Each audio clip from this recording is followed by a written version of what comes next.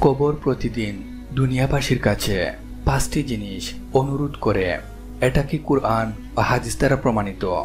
আমাদের সমাজে একটি কথা প্রচলিত আছে, কবর প্রতিদিন দুনিয়াবাসীর কাছে পাঁচটি জিনিসের অনুরোধ করে। যেমন কবর প্রতিদিন দুনিয়াবাসীকে বলে, আমি একাকিত্বের ঘর, আমাকে কুরআন তিলাওয়াত দ্বারা আলোকিত করো। আমি অন্ধকারের ঘর, আমাকে নামাজ দ্বারা আলোকিত করো। আমি মাটির ঘর, আমাকে সৎ কাজ দ্বারা মসৃণ করো। আমি সাপ বিচ্ছুর ঘর, আমাকে লা ইলাহা ইল্লাল্লাহ দ্বারা রক্ষা করো। আমি কঠিন ঘর, আমাকে সাদাকা দ্বারা নরম করো। এমন কথা সরাসরি কুরআন বা সহিহ হাদিসে পাওয়া যায় না, বরং এগুলো উপদেশমূলক বর্ণনা যা মানুষকে কবরের বাস্তবতা স্মরণ করিয়ে দেয়।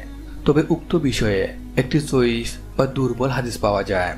যেমন কবর প্রতিদিন দুনিয়াবাসীকে সম্বোধন করে বলতে থাকে, আমি পোকামাকড় ও কীট পতঙ্গের আস্তানা। সুনান আত-তিরমিজি হাদিস 2460।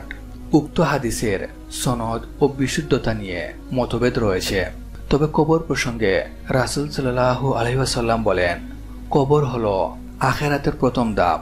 যদি সে তা থেকে মুক্তি পায় তবে পরবর্তীগুলো সহজ হবে, আর যদি মুক্তি না পায় তবে এর পরবর্তী ধাপগুলো আরো কঠিন হবে। সুনান আত-তিরমিজি হাদিস 2308। এমনকি কবরের ভয়াবহতা প্রসঙ্গে রাসূল সাল্লাল্লাহু আলাইহি ওয়াসাল্লাম বলেন, আমি কবরের দৃশ্যের চাইতে অধিক ভয়ঙ্কর দৃশ্য আর কখনো দেখিনি। সুনান ইবনু মাজাহ হাদিস 4267। সুতরাং কবর প্রতিদিন পাঁচটি জিনিস অনুরোধ করে, এভাবে নির্দিষ্ট সংখ্যা সহিহ হাদিসে নেই। তবে কবরের ভয়াবহতা, একাকিত্ব, অন্ধকার ও আযাব সম্পর্কে অনেক সহিহ হাদিস রয়েছে।